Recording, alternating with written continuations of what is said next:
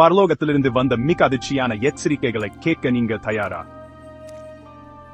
7 எக்காலங்கள் வெறும் கதைகள் அல்ல, அவை நமக்காக ஒலிக்கும் தெய்வீக எச்சரிக்கை மணிகள். 7வது முத்திரை திறக்கப்படும் போது பரலோகம் அரை மணி நேரம் அசைவில்லாமல் அமைதியா நிற்கும். திடீரென்று 7 தேவதூதர்கள் ஒவ்வொருவரும் ஒரு எக்காலத்துடன் முன்னால் வருகிறார்கள். ஒவ்வொரு எக்கால சத்தத்திலும் கடவுளின் நீதி கட்டவிழ்த்து விடப்படுகிறது. முதல் எக்காலம், நெருப்பும் கல்மழையும் பொழிகிறது, பூமியின் 3ல் ஒரு பங்கை எரிக்கிறது. 2வது, ஒரு எரியும் மலை கடலில் விழுகுது, அதன் நீரை சிவப்பாக மாத்துகிறது. 3வது, எக்காலம் கசப்பு என்று பெயரப்பட்ட ஒரு பெரிய நட்சத்திரம் ஆறுகளையும் ஏரிகளையும் விஷமாக்குகிறது, தண்ணீரை கசப்பாக்குகிறது.